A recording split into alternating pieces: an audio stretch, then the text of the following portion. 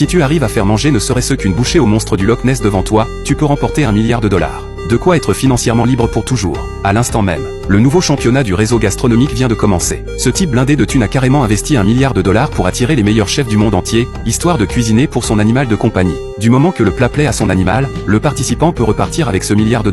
L'instant d'après, tout le monde est impatient d'essayer. Aussitôt, quelqu'un apporte un steak aux minéraux avec des patates, ainsi que du pissenlit au goût de langue de bœuf, mais le monstre marin secoue la tête et refuse tout. C'est là que les 4 rois célestes dans le public remarquent quelque chose d'anormal. Comme le monstre marin n'a pas mangé de sucrerie depuis longtemps, son corps dégage déjà une odeur appelée cétone. S'il ne mange pas rapidement quelque chose de sucré, le monstre marin pourrait être en danger de mort. L'instant d'après, les 3 sont parfaitement synchronisés.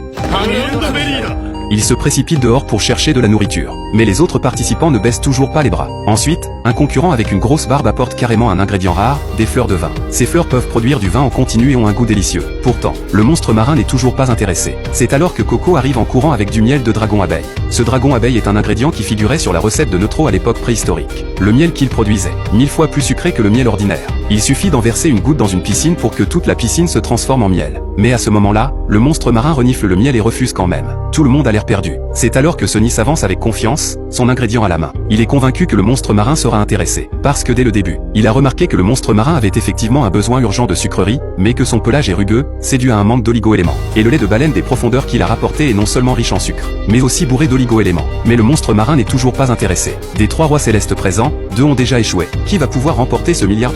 L'instant d'après, Toriko revient. On le voit arriver en portant une tonne de fraises sur son épaule. Ces fraises poussent sur des arbres et ont absorbé tous les nutriments dans un rayon de 100 km. Est-ce que le monstre marin sera intéressé? Et voilà que les 4 rois célestes ont tous échoué.